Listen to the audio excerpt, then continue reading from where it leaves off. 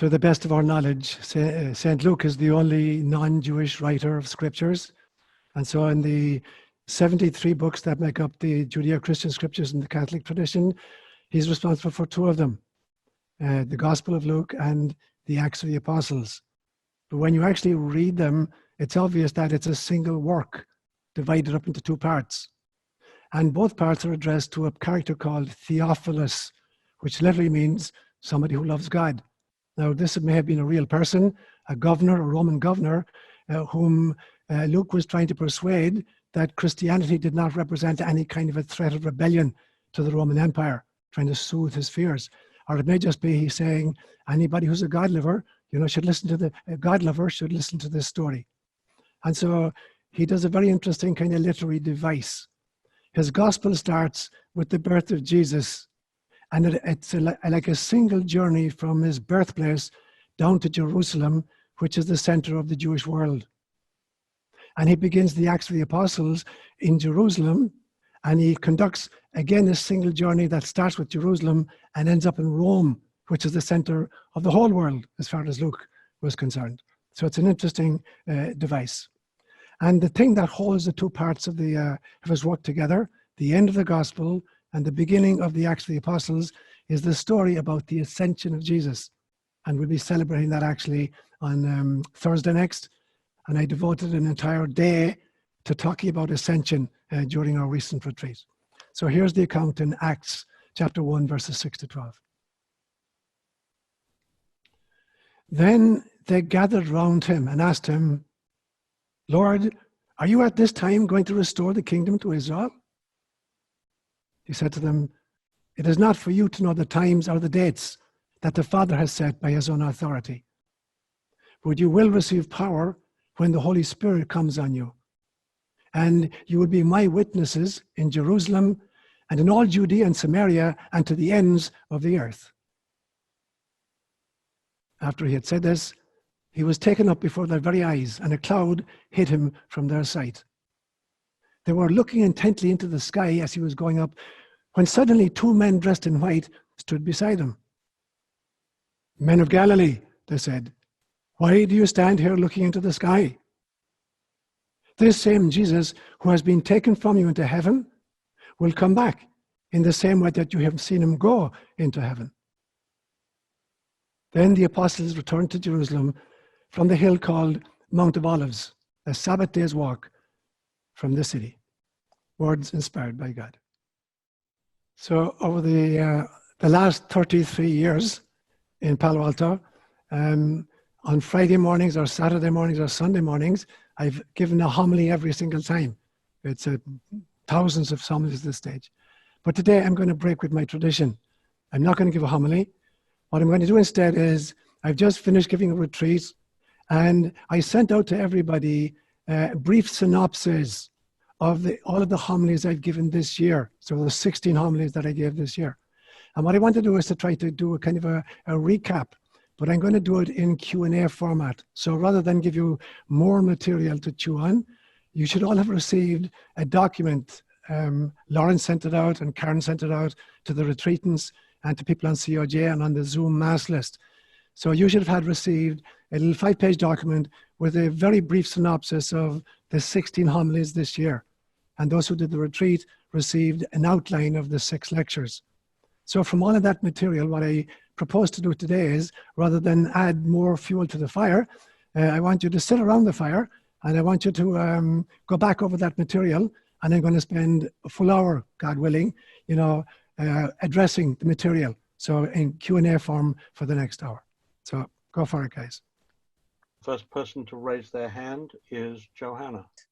If you can talk about the laughing Jesus. Okay. I looked that up last night. Okay. You had been in the context of spiritually we find, we become disturbed, we marvel, we rule, and we rest. And you spoke about the laughing Jesus who laughed at how absurd it all is when we don't get it, I think. Okay, great. Thanks a million. So for those who weren't at the retreat, let me just give a quick little bit of the background there. We're used to the statement in the synoptics, You know, ask and you shall receive, seek and you shall find, knock and the door will be opened for you. But in the Gnostic Gospel of Thomas, there's a much better rendition of that. He says, those who seek will find. And when they find, they will be disturbed. And when they are disturbed, they will marvel. And when they marvel, they will rule. And when they rule, they will rest. And I pointed out that the journey of enlightenment and the journey of incarnation is not just asking and getting, you know, or seeking and finding, or knocking and the door being opened. There are many, many stages to it. And a very important stage is the stage of being disturbed. Because if you really, really look deeply, you know, at life, you're going to, at some stage, the rug is going to be pulled out from underneath you. That whatever cosmology you operated on for a particular period of your life, if you really start searching and digging more deeply, you will find that it is very, very inadequate. And that, for me, is particularly true in religion. If I'm still practicing the religion I was taught from my first communion, you know, that there's an infallible Pope who lives in Rome, and that the Catholic Church is the one true church, and that you can't get to heaven unless you become a Catholic, extra ecclesiam nulla salus. If I'm still operating from that, I'm going to be really stuck. And so when you begin the journey and you see all of the other great wisdom traditions, and you begin culling insights from all of those, you begin to question the foundation of your own faith system. Now, you can grow it, but initially what's going to happen is you're going to be really, really, really disturbed, because the security of the model on which you built your life is going to be yanked out from underneath you. And many people at this stage, they'll stop. They'll get frightened at what's happening, and they'll go back to the true and tried. And these are the people Jesus says, anybody who puts his hand to the plow and looks back is not worthy to be my disciple. We got to keep searching. And when you keep with the search, after you've been disturbed, you will marvel, because you'll begin to see that you've been living inside in an illusion, and now you're being set free. Your search is setting you free after you've been prepared to be disturbed. And so there's in one of the Gospels, I believe it's the Gospel of Philip, the Gnostic Gospel of Philip, after Jesus is baptized by John the Baptist in the Jordan River, he comes out of the river and he breaks into this big, big, big belly laugh. And for me, it's as if Jesus finally got it completely, that the world is samsara. It is an illusion. Not in the sense that it doesn't exist, but in the sense that it's not the only form of existence. It's not the only level of reality. And it was like, it was the final piece of the puzzle for Jesus to finally figure out his public ministry, and then he starts preaching.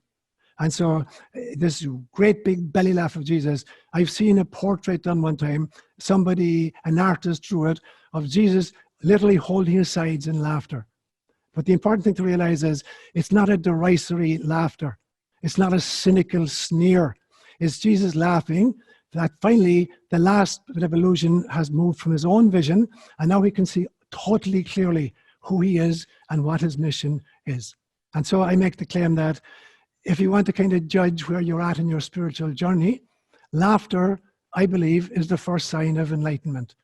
And enlightenment is not a toggle switch on off. You're either enlightened or you're not. It's a slider switch. There are degrees of enlightenment. But the first sign of enlightenment, I believe, as you kind of slide it up toward more luminescence, is that you begin to laugh at yourself and the illusions under which you labored. And then with pity for those who are still struggling. It's the way in which, for instance, a mother laughs at her little toddler who's learning to stand up and to walk. Around 10 months or so, a child will grip the edge of a chair and stand up and then try to waddle off and fall on her tuchus. And the mother is going to laugh. It's not that the mother is taking pleasure in the kind of the pain of the child. It's that the mother is delighted that the child is learning how to walk. So that's the first sign of enlightenment. Laughter first at myself, that I bought into all of this, and it was necessary. It was a stage in my journey. There had to be a time when all I could do was crawl. And then at some stage I could sit up, and then I could stand up, and then I could walk, and then I could run. So it was appropriate at that stage of clinging desperately onto a simplistic cosmology. That was appropriate, but it's not appropriate anymore.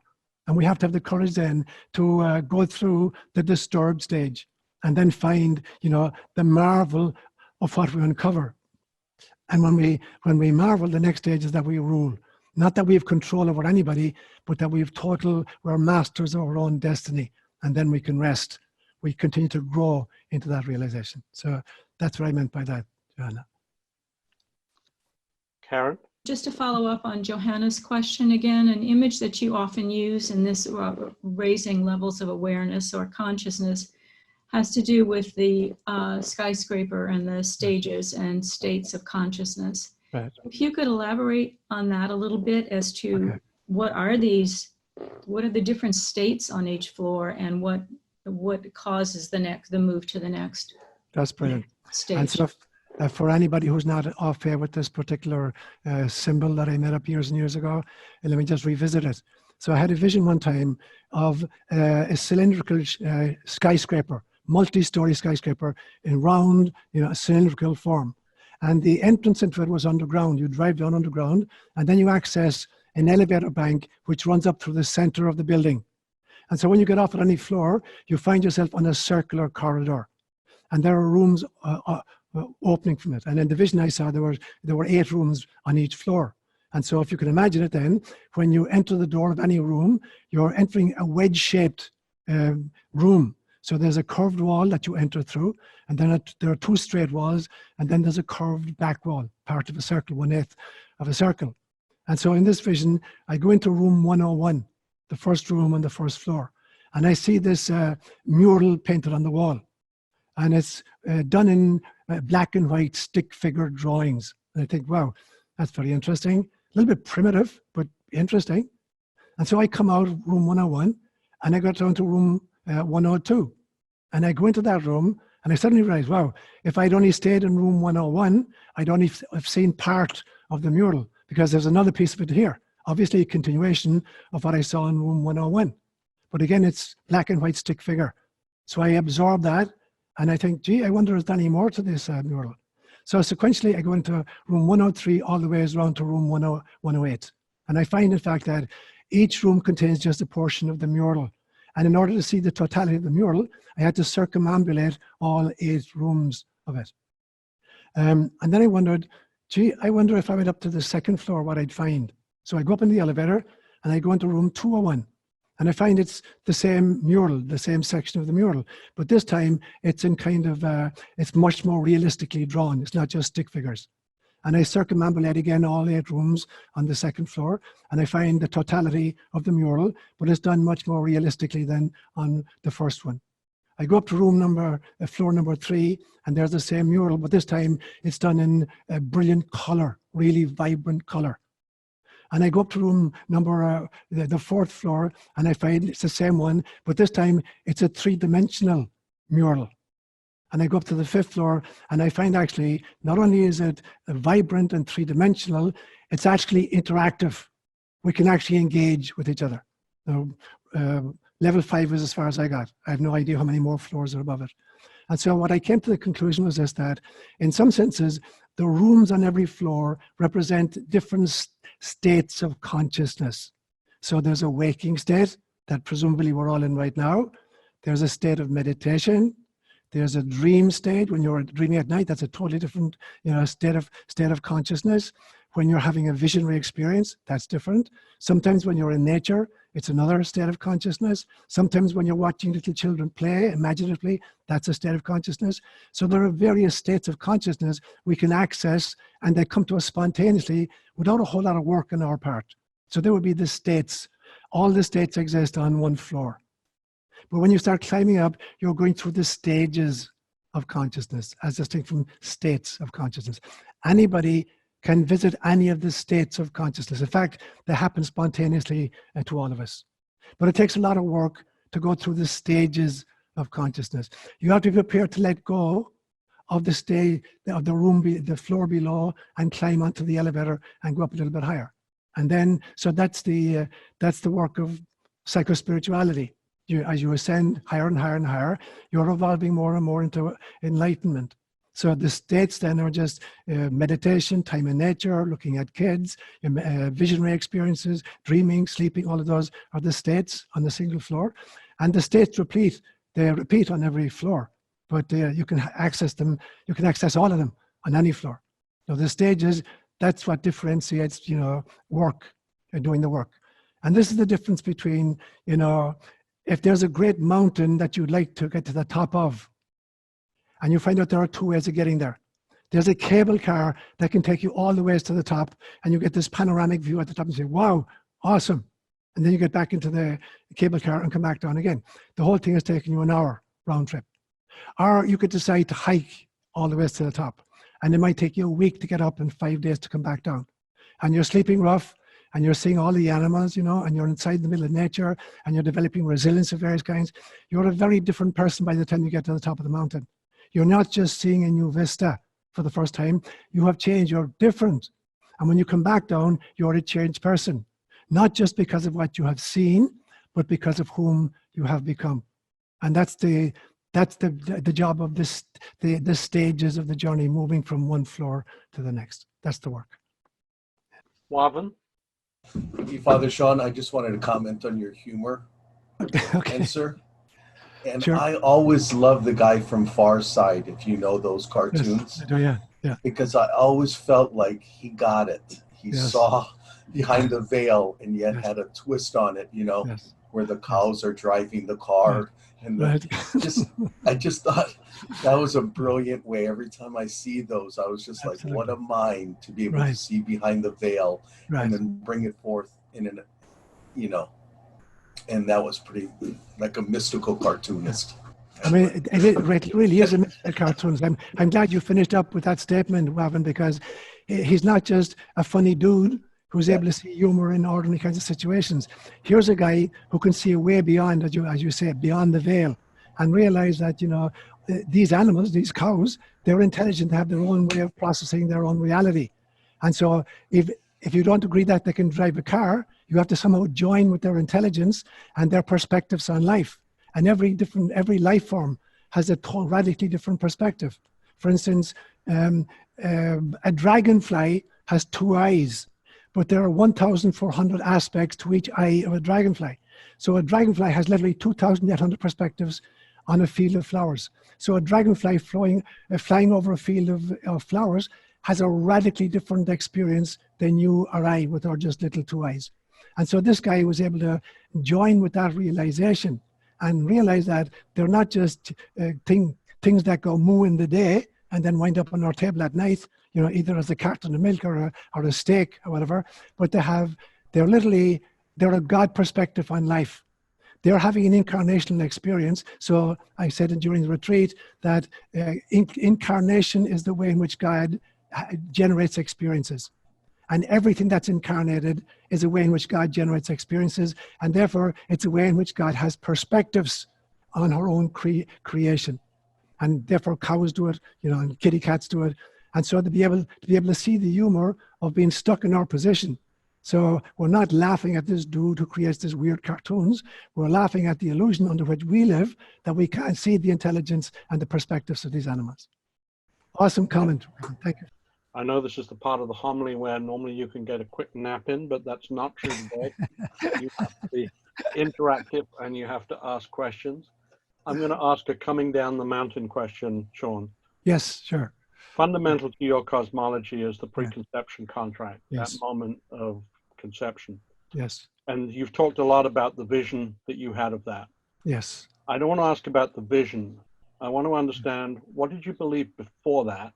Okay. And what was fundamentally different as you came down from that mountain? Wow. Brilliant. Brilliant. And so I suppose every single one of us is going to climb many, many mountains in the course of their lifetime. And there'll be experiences that have taken you up, you know, a mountain which is 1,500 feet high. And then at some stage, there'll be a mountain that takes you up to 3,000 feet. And there'll be a mountain that takes you up to 4,500 feet. And so there are various parts of the puzzle that allow you to kind of come down from the mountain differently. And so I would, and Wavin asked this question actually a few days ago during the retreat. The first mountain I remember climbing was at age 4, when I had a fight with God, because I accused God of being prejudiced against the poor, which my family was very, very poor, around Christmas gifts that I got, as distinct from the kid across the street who came from a rich family.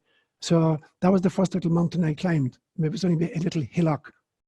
2 mountains where I lived were my grandfather, my maternal grandfather, who was, I can only describe him as a combination of a bard and a druid. He was a brilliant storyteller. He was a consummate musician. He played the concert flute, he played the saxophone, he played the fiddle. He was an Irish step dancer. In fact, he taught Irish step dancing, and he was a brilliant storyteller. So I got kind of druidical kind of mountains from him. And my great-grandmother, my paternal great-grandmother, was a Christian mystic for whom Mary was more real than her own daughter was.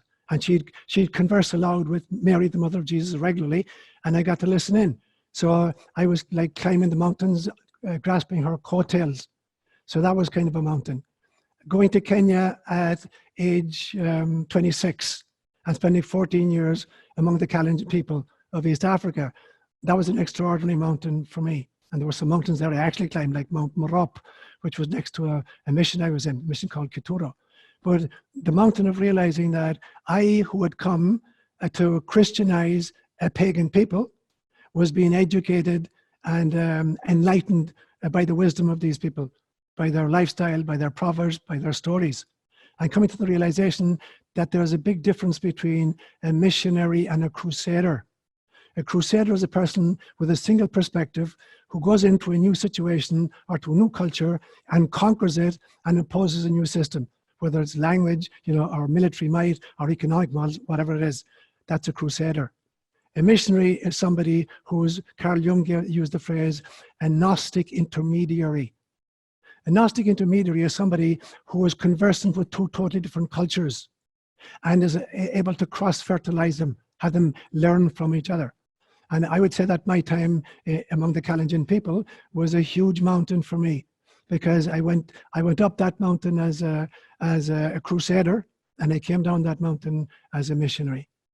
Coming to Palo Alto 33 years ago, and being part of the Palo Alto community, and particularly over the last 23 years, when we founded COJ, and being part of this extraordinary group of seekers who are dedicated to forging their own way, to forging their own cosmologies, to outgrowing their mere root system. And when you outgrow your root system, you don't have to kind of disconnect from it any more than, a great oak tree is going to disconnect itself from its root system as it's reaching its arms to the sky. The root system is going to continue to feed it. But the interesting thing is that the leaves on the tree are feeding the root system, just as the root system is feeding the leaves on the tree. The leaves, through chlorophyll, are generating energy that goes right down to the root system itself. So we stay connected, but we don't get stuck. If all you have is roots and there's no trunk, it ain't much. If all you have is a root system and a trunk, but no foliage, it's not up to much. So the entire tree is what we have to embrace. So coming to Palo Alto, and when we founded COJ 23 years ago, that was a huge move forward for me. So that was another mountain. Some of the mountains I was dragged up and dragged down, like being forced out of situations against my will, and realizing that too was part of the journey. So most of the mountains, I climbed volitionally, and some of them I got dragged up and dragged back down. But it was a growing experience, whether or not I perambulated under my own steam or somebody else made the decision. Since you're up here, Nancy, go ahead. On May the 3rd, your homily was wonderful, but what were the 5 types of listening? Could you just go over those quickly? 5 types of listening. Can I even remember what I said? May 3rd is a long time ago, Nancy. So when you look at language, and I used Jesus' phrase, I speak in parables so that seeing you may see but not understand, hearing you may hear but not comprehend. So he's frustrated that people are attempting to listen only with their ears and their intellects. So they're trying to break down ultimate mystical reality into bite-sized pieces that can be processed, by the intelligence, by this little brain that we carry in between. And that's not true. That there are many, many, many modalities to which we listen. And I used the phrase, I went back to the Swahili. In Swahili, for instance, there's a tense called the causative tense. So for instance, if I say in Swahili, nasikia, it means I hear. But if I say nasikiliza, it means I listen. In other words, I cause myself to hear. So there's an active component in this causal tense in Swahili. It means you're fully present to the activity and you're fully engaging with it. It's not just kind of background noise that you're half paying attention to and missing most of its import, but you're actually going much more deeper. We have the same word in to look. In Swahili, kuona means to see, and kuonyesha means to show.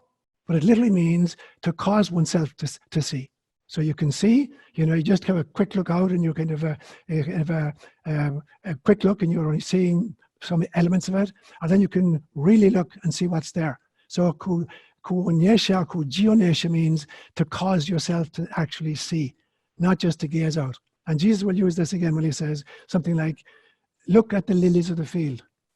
Now, he's not saying, give a quick glance. He's not saying that. He's saying, I want you to really, really look at the lilies of the field. So right here, you've got three great scholars saying the same thing. You've got the Buddha, his most famous homily of all time, where he didn't speak a single word. He raised a little flower in his hand, and all the disciples are looking at the flower, and they're waiting for him to kind of, give a drash or give a homily or say something about it. And he said nothing. And they're waiting and waiting, and he still said nothing. And then finally, one of them breaks into this great big smile. And the Buddha nods and said, okay, you got it. You got it that if you really see a flower, you see everything. Form is emptiness, and emptiness is form. Jesus would do the very same thing with the lilies. I want you to really look at the lilies of the field.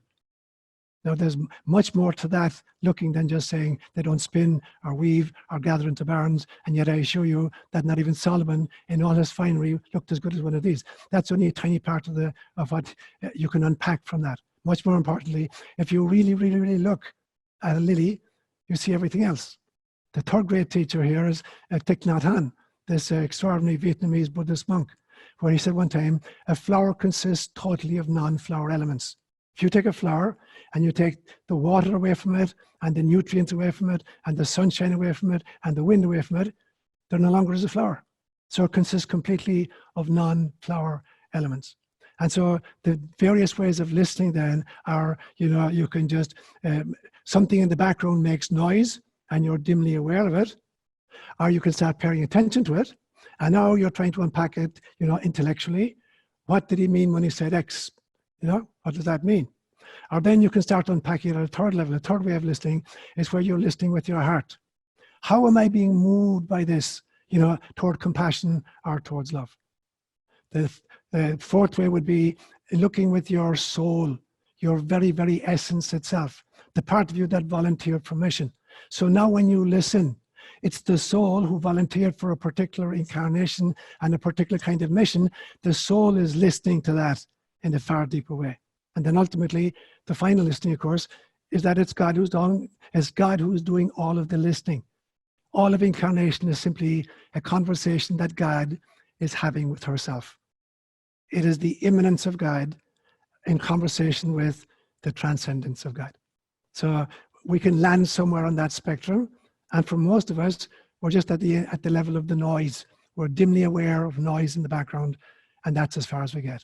For people who think that they're awake and alive, mostly they're just using their intellect and they're unpacking literally what they just heard. And that's only 40% of the journey into real listening. Call on Carmen. It doesn't make any sense to me why Jesus had to die on the cross for the redemption of our sins. Yeah, I agree totally with you. It's a brilliant question. And he didn't have to die on the cross for our sins.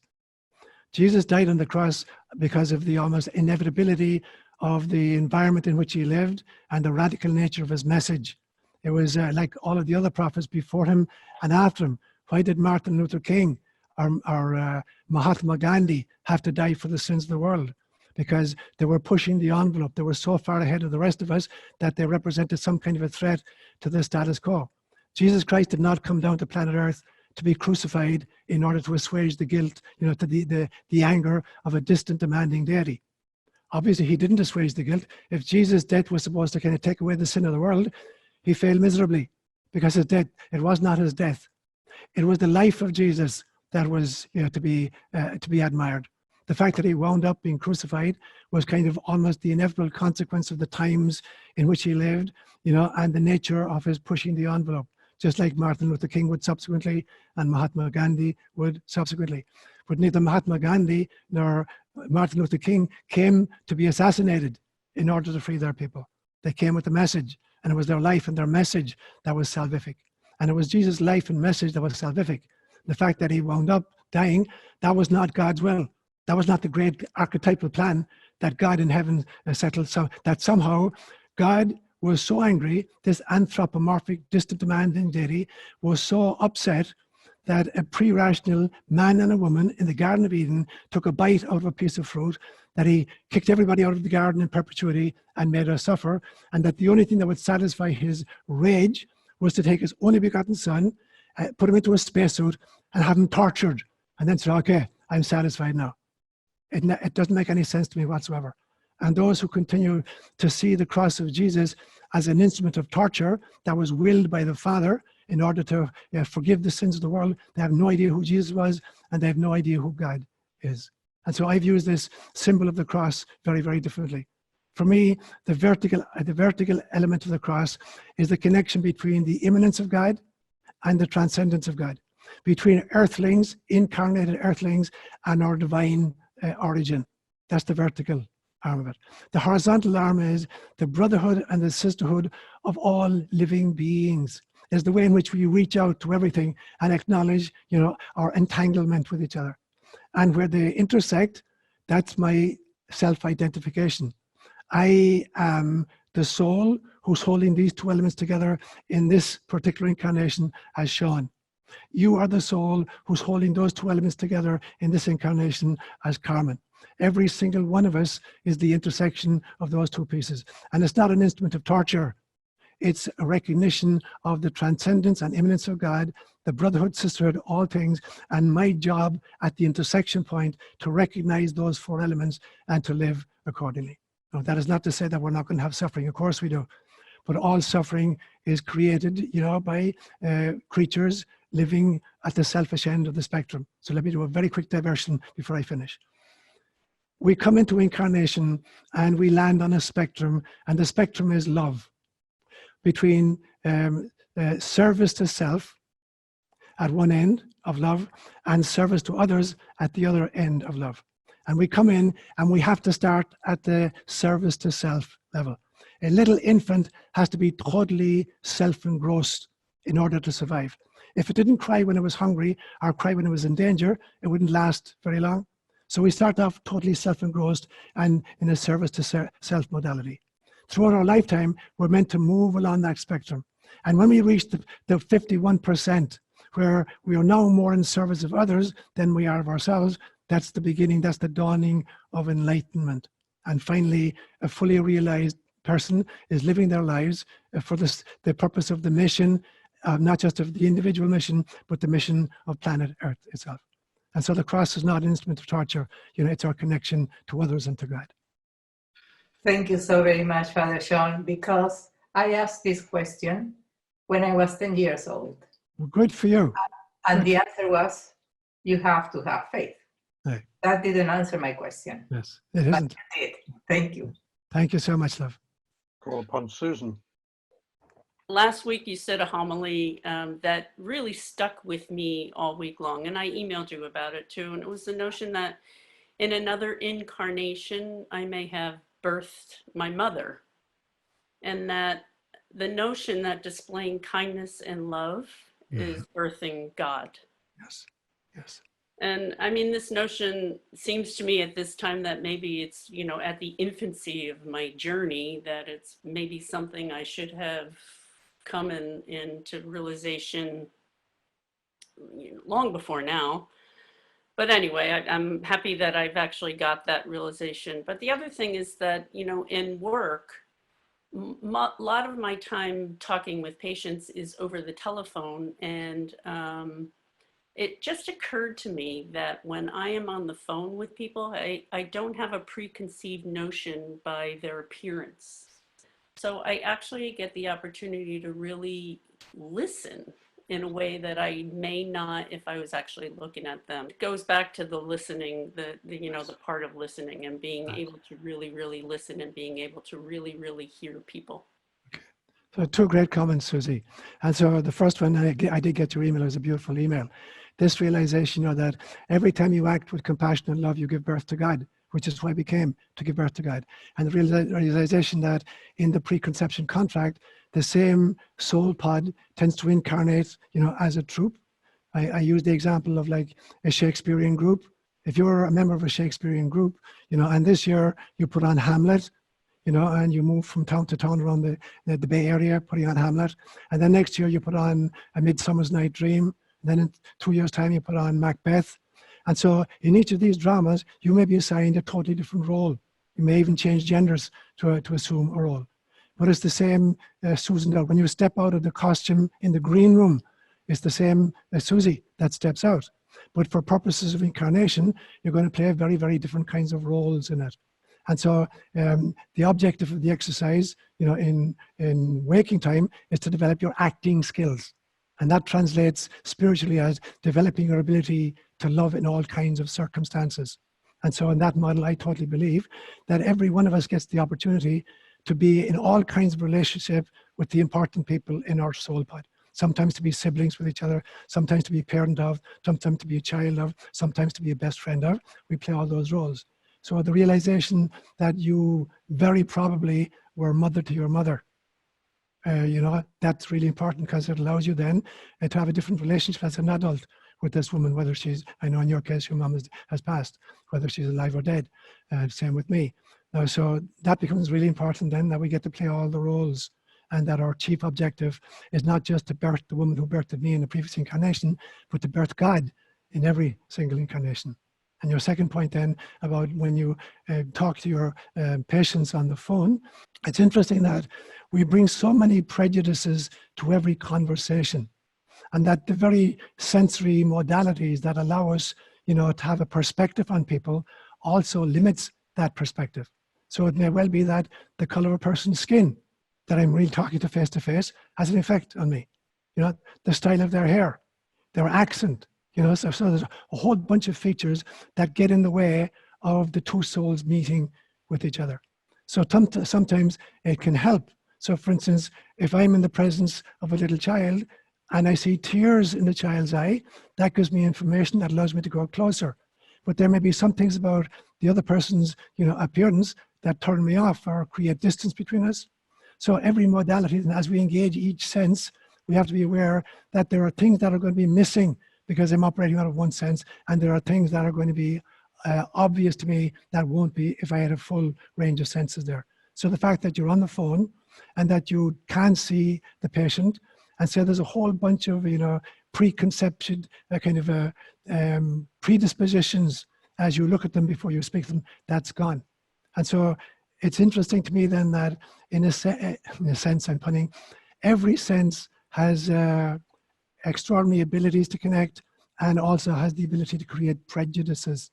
And it becomes important for us then to be able to recognize the prejudices that each of these instruments, confers on the conversation. And to be able to say, if I couldn't see that person, I wouldn't have this particular prejudice if I had only heard that person. Now, if I had only heard that person and their accent reminds me of somebody who was a bully in school when I was a kid, then I'm going to hear them very differently as well. But if I could actually see them and I see the gentleness in their face, I could overcome the prejudice of the voice. So we have to somehow, in the mishmash of all the senses we bring to bear on any conversation, to be able to filter out that which gets in the way of me seeing the other, of seeing in the sense of having a sensory experience of, filter that out, and open my heart up to the exchange. I'd like to call on Patricia. I want to go back to the remark from Lawrence about the notion of the preconception contract. He asked you what brought you to that, and you gave the history of the various stages of your life and your awareness. But I would like to ask specifically, where did that notion of the soul pods and all of that, what brought you to that particular way of thinking? Because obviously that's not something that we learned in the Catholic Church, although I have heard that there are a lot of things about reincarnation have been kind of written out of the Bible. But my question was, what brought you to that, and where did you hear about that? Where did you find out about that? Because that's always been something that I've been curious about. Okay, brilliant, Levine. So I'd have to say for myself then that the first great understanding I had of it was, I'm sure you've had this experience, all of you had this experience, of meeting somebody for the first time, and there being an immediate connection there. Yes. You know, far away greater than just, you know, I like their looks, or I like their accent, or I like, you know, their history or whatever. There's like an immediacy there, that there's a recognition. And so I wondered, as a psychologist, I wondered, where did that come from? What was that activating in me, that there were some people that I had this immediate affinity with, you know, and most of the other people, I realized I'm just meeting this person for the first time. So that was kind of the awakening for me psychologically. Then I had my first reincarnational experience. You know, and I had come across reincarnation, for instance, in Kenya. There's a real form of reincarnation in Kenya, but it's very, very different from the one that you hear about in Hinduism. So when a little baby is born among the Kalenjin peoples, the child is given 3 different names. The first name has to do with the circumstances of the child's birth. So for instance, a little girl called Cherubet, it means that she was born during a famine time. A little boy who was born, and his name is Kiprop, I know he was born when it was raining. So the first name has to do with the circumstances of the actual birthing of the baby. The second one has to do with, it's called the porridge name, Gainatab Musarek, and it's a special pet name that only the mother can use of the child. So only the mother gets to use that name for the child, second name. But there's another name which is given at some stage, very, very early on in the first few weeks of the child's life. They'll bring in an elder from the tribe who knows the ancestry of this child.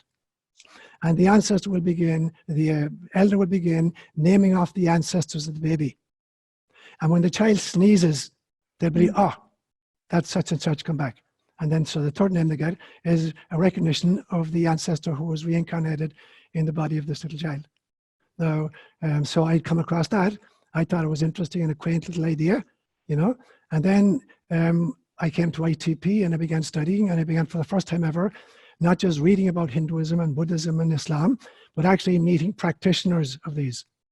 And very, very early on, we were invited to be part of what was called a perinatal conference. I mean, you know about perinatal stuff, given your trade, Patricia. Yeah. So it was a system whereby over a total weekend, you paired up inside in this huge big room, which was in darkness, and you created a birth canal of cushions. And in the morning session, one person got to be the experiencer and the other person got to be the minder.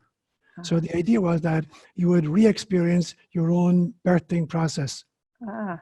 Being that most neurotic adult behavior has to do with the circumstances of the birthing process, whether it was difficult or difficult. And so the idea was that if you could re-experience your own birth, it would help you understand some of your own kind of idiosyncrasies as an adult. So in the morning session, I'm sitting as a sitter with this woman. She's having this great experience of being birthed. Everybody in the room had an experience of being born. So it's my turn in the afternoon, and I lie down between these cushions. The room is completely dark, and there's this very evocative music in the background. And I'm fully expecting, I'm going to experience being in Peg's womb, my mother's womb, and finding out what it was like to be delivered, because I found out actually I was a forceps delivery. Yeah. And so I'm thinking, okay, I'm going to be waiting for this, you know, machine to come in and grab me and haul me out of there. What happened was I had an experience of being a young Tibetan girl giving birth to her own firstborn child.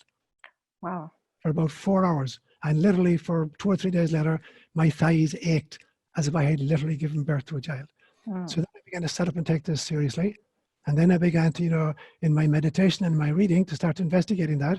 And I found, you know, evidence all over, in psychologically, spiritually, you know, scientifically, for the realization that we don't just get one shot at it. And then from there, you know, I began to put those two pieces together. People whom I seemed to recognize that I had known them before, and the realization that I had reincarnated many times, and put the two pieces together. And then I created this notion that of a preconception contract, that souls agree to play particular roles in each other's lives, you know, in each incarnation. That's really, really helpful. is this concept or of the preconception contract for a soul pod, is that unique to you? Did you come to that through your meditation, or is that elsewhere? Well, it's like a lot of discoveries. I discovered that for myself. Yes. And subsequently, I've seen it in a few other places as well. Okay. Yeah. So it's out there somewhere. They Yes. want I've never seen that name before, a preconception contract. That was my naming of it. But the idea of some kind of an agreement among souls before they incarnate, you'll find that now much more widespread. Next is Ursula. As you know, I try to take every opportunity to learn about prayer from you, as I, we are in times where we really need prayer. And I appreciate your image you always shared with us about the irrigation system. And I see that we have to do the work to get clearer channels, to get God's love and light through. And I can see that, then I guess our life will be a prayer then, once we advance. But, there is so much suffering now. And I always wonder, how can we improve our prayers for some people who are really suffering and ill, and for our world. And there is the notion, how important is it to pray together, bring our life and love together? How much do we have to focus on this, or how can we advance our prayer to pray for people who are really suffering? Or also I'm wondering, how much do we have to take effort together, our prayers together? Should we, for example, bring and join our love to other people's prayer, like now in Ramadan, bring our love to pray at the same time, join those prayers and bring just our love and peace and light together with those prayers? So if you could, I tried to learn about prayers. I told you many times, as you're such an expert in prayer, and so appreciate, and how to deepen the prayers and in the effect and the help for everyone in our world right now. Thank you. Thanks, Ursula. So there's many, many facets to what you've said. So I'll just try to address a few of those pieces. So let me start at the end and work backwards. So for instance, joining together with our Muslim brothers and sisters during Ramadan, or with our Christian brothers and sisters during, Lent, or with our Hindu brothers and sisters during Diwali. So has that an importance? It has a symbolic importance, but the truth is, real prayer is extra spatial and extra temporal, trans-spatial, trans-temporal. There is no time involved in prayer. And I saw this actually very powerfully in the research I did in 1992-93, of which many of you were, involved. And I had two experimental groups that were being prayed for in the course of the experiment, and a control group that was not being prayed for in the course of the experiment. But I promised people, I said, if you actually wind up in the control group and you're not prayed for in the course of the experiment, I guarantee you, using the very same protocol, a year afterwards, we will repeat exactly the same, and you will be the recipients guaranteed of the experimental protocol itself. Now, what happened was, after the first experiment, when I analyzed the data, and there were some extraordinary results, I was looking at people's self-esteem, anxiety, and depression levels, extraordinary results. But one of the interesting and kind of confusing things was, there was no difference, there was no discernible difference between the people who were in the experimental groups and the people in the control group. So there's a few ways of looking at that. You can say, see, that shows that prayer didn't work. Now, in spite of the fact that everybody improved, even the people in the control group, they all improved. So you could say that's proof that the experiment couldn't distinguish between prayer and non-prayer. Or you could say that this was an artifact of the realization that prayer is outside of time. And therefore the prayer that was coming down the road 1 year afterward was applied right now. Because in God's dispensation, there is no such thing as time. And that's my personal hit on it. That any prayer done at any stage is effective at every other stage. So you can pray now for your ancestors. Is that a kind of wasted exercise because they're dead already? It's not. Because when you step outside of time, any love that you add to the totality is effective. There are lifetimes in which the dead are still alive. There are parallel universes. They're reincarnated right now. Part of their soul is already reincarnated. And so any loving intentionality you hold out, even for the ancestors, is experienced by them right now. So that's kind of one answer. So is there a specific time when you have to kind of gather together? You don't have to. As long as you pray at any stage for compassion and love, it's applied trans-temporally. But there's a point, there's a psychological benefit to trying to join with a group. That's what Jesus will say, where 2 or 3 are gathered together. Because there's a way when you join forces, either in the same physical container, you can actually amplify people's brain waves. We know that. When people sit together in meditation, we're all putting out brain waves. Mostly we're in beta, which is 8 to 12 cycles per second. There's real busy signals. When we slow down, we can go down to alpha, and then into theta, and then down into delta, which is a very slow wave. So when you slow the wave, you increase the amplitude of the. When you slow the frequency, you increase the amplitude. So it's like, I've used this image before. If you're pushing a child on a swing, so here's the child in the swing, and you push, and the child swings back to you, and you push some more. If you get in sync with the child, you can make the swing go really, really high. If when the child is coming back, you push too soon, you're going to interrupt the swing, and there'll be a lesser amplitude. But if you wait until the very, very last second, and they're just about to go back down, if you push then you're really going to create motion. The same thing is true with brain waves. So when you sit together with a bunch of people, literally, and this is scientifically testable, you can increase the amplitude of the brain waves being, secreted by all people involved. So the transcendental meditation people claim that there's actually a formula for this. I don't know how accurate it is. They say that the square root of 1% of the world's population, if they're in the same physical space, could influence the entire globe. And they achieved that twice. Once in Holland, in a huge, big auditorium, and once in the United States, in Iowa, at the Maharishi Institute, I think it's in Iowa, where they brought together 8,000 people, which is the square root of 1% of 6.4 billion people at that time.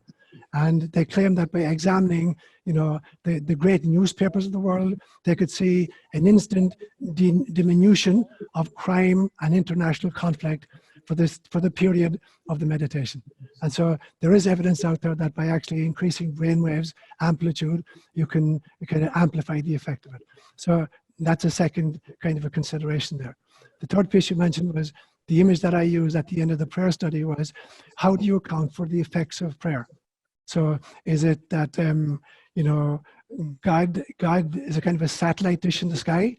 And if I want to pray for my brother Seamus, and I'm in California, I got to bounce my prayer off the satellite dish called God, and God redirects it down to Clonakilty in County Cork. Is that how it happens? Or is prayer kind of a bargaining mechanism, like Abraham arguing with God over the fate of Sodom and Gomorrah? If there are 50 good people, are you still going to wipe the city out? No, I won't. How about if there's 45? I wouldn't kill 45. How about if there's only 40? No, I won't kill 40. How about 30? How about 20? How about 10? And finally God says, that's it. That's my last. I won't go on any further. If there's 10 good people, I'll save the cities. Obviously, there weren't 10, he said, and he wiped them all out. Now, is that what happens? That we bargain with God in some stage? Or is it like that, since God knows everything, that prayer of petition is merely chatting about the inevitable? God has already determined what he's going to do, because he's heard all the prayers since he's outside of time, and he's going to do the same thing anyway. But if God is actually trying to generate experiences, God hasn't got a one-size-fits-all solution throughout human history. God is going to move with the perceptions and energies of all of the creatures in the game. And so the image I came up with then was that prayer of petition is like a sprinkler system on a lawn. So there's a pipe system that's attached to a faucet somewhere, and the pipes are running underground. And every so often, there's a sprinkler head above the ground. When you turn on the faucet, it sprinkles and it waters the whole lawn. Now, at some stage, if you look and there's a part of the lawn that's brown and obviously not getting watered, and you check out the sprinkler head and it's clogged. So you need to unclog it in order for the water to get through. The water is always coming through as long as it's attached to the faucet and the faucet is turned on. So what does that mean? It means that you have to be plugged into source, and the faucet has to be open. You have to be open to what God is actually doing in the world. And once you're open and attached to God, the water is there. It's everywhere. There are going to be clogs because individual people will have prejudices of various kinds. So what is prayer? Prayer is simply me trying to unclog my section of the pipe to make sure that I'm not proving to be an impediment to the flow of the water to my brothers and sisters, topside. And that's basically what prayer is. It is making sure I'm connected to source, that my faucet is open, I can receive God's grace, and that when I become aware of any patch of the soil which is not being watered, because I have prejudices or unforgiveness in some place, I got to clean out that system and then allow the prayer to be effective. Bill Miller.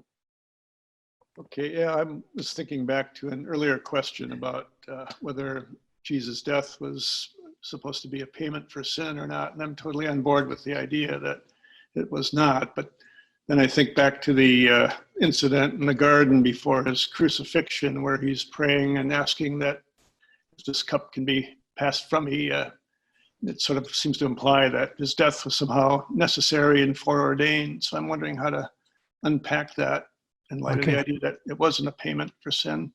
That's a great question, Bill. So there's my understanding of this is that, toward the end of his ministry, Jesus was well aware that this, ministry was only going to end in one place. Whether he thought it was crucifixion or a lesser punishment, I have no idea. But he knew that things were not going well. He was generating such opposition, to the religious leadership, that ultimately he was going to come to the attention of the civil leadership as well. And so he's well aware that if he continues to say what he's saying and do what he's doing, it's not going to end well for him. So I believe, for instance, that, at the transfiguration, I spoke about this, I think, during the retreat. My own understanding and my own unpacking of the transfiguration is that Jesus was doing several things during the transfiguration experience. Firstly, I think he was accessing the Akashic records. He was trying to make contact with particularly the Jewish section of those records and look up, what did Moses have to encounter according to the scriptures? What did Elijah have to encounter? And Moses represented the Torah, and Elijah represented the prophets, the two main parts of the Hebrew scriptures. So in some senses, he's trying to kind of familiarize himself once more in the last week. I think he's also, he's literally doing a dress rehearsal for resurrection. And so you get this transfiguration where he's glowing in extraordinary fashion. It's a kind of a dress rehearsal for the resurrection. I think it's to try to shore up the confidence of the three disciples, because within a week, they were all going to flee and run for him. So he's trying to give them something they could go back to say, do you remember when? And so in all these ways, the transfiguration was Jesus, ultimate realization, this is going to end really badly and probably really, really quickly. So he's aware, not of the details of it, but that it's, the jig is up. And then the night before, he sees, Judas leaving the room of the Last Supper. And intuitively he knows what's up, that Judas is going to sell him out here. And so in the garden now he's thinking, oh my God, it's happening sooner than I thought, and I'm going to be arrested and it ain't going to turn out well for me. And he's sweating blood. He's like, oh my God, maybe I should think about another ending to this story. And then he realizes, if I back away, I'm not just trying to avoid death, I'm negating my entire mission. My ability to stand for the truth, no matter where it takes me, I'm denying that. And so the decision and the temptation at that stage was, can I follow through, knowing now that it's really imminent? And then realizing I can and I will, and somehow I'd have the courage to do it. But I didn't come down to do that. I came down to preach and to live. And if I'm to be true to what I preached, I can't at this stage, run for cover. Karen? This is actually a question that came from the Friday morning group, and I was waiting to see if anyone was going to bring it up this morning because we spent a fair amount of time talking about it. And it's something that you've touched on in a couple of the answers you've already given. And it has to do with this omniscience of God and what omniscience actually means. And as Catholics growing up, the question was posed, if God is omniscient and already knows everything, why does God need to emanate? Okay, it's a great question. And the truth is, I do not believe that God is omniscient.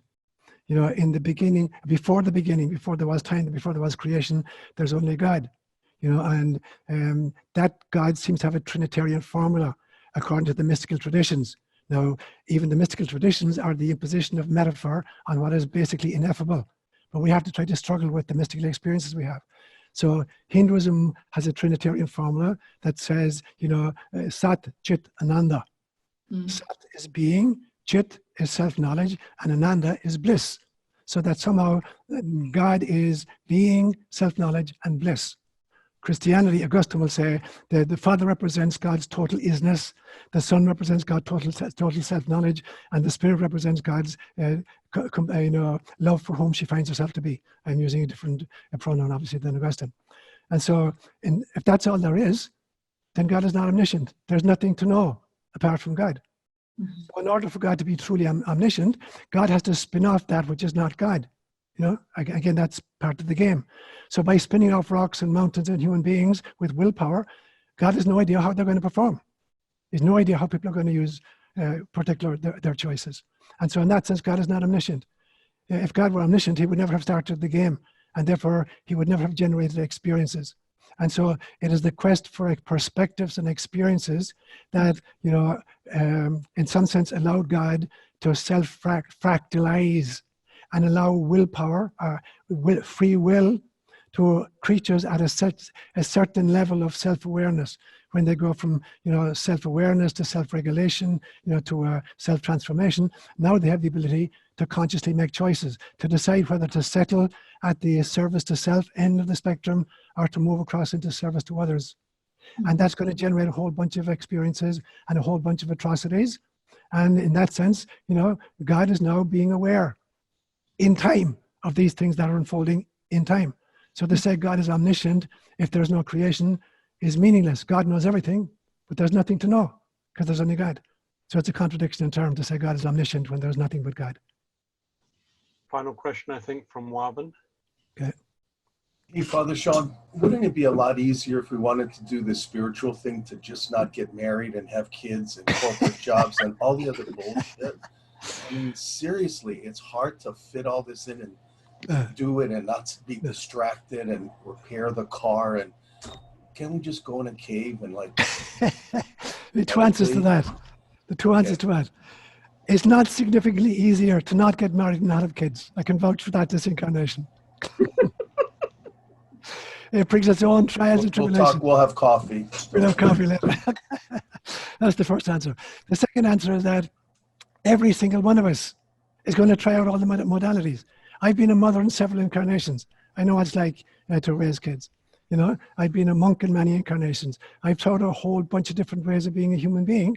They're all different and they all bring their own resources and they're all difficulties. But I guarantee you, every single person on planet Earth at this stage has been married and unmarried, has been celibate, has been a monk, has been a nun, has been a hermit. We've been in all those places.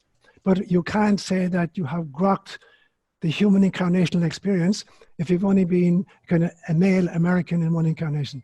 You don't get to say, I understand human beings. It's like, you know, going to Africa, you know, where there are 700 different languages and cultures and say, oh yeah, I've been to Africa, you know, I understand Africa. No, I don't. I spent 14 years in Kenya. I learned 4 languages in Kenya. There are 70 languages in Kenya. Do I know Kenya? I don't. I have a perspective on it.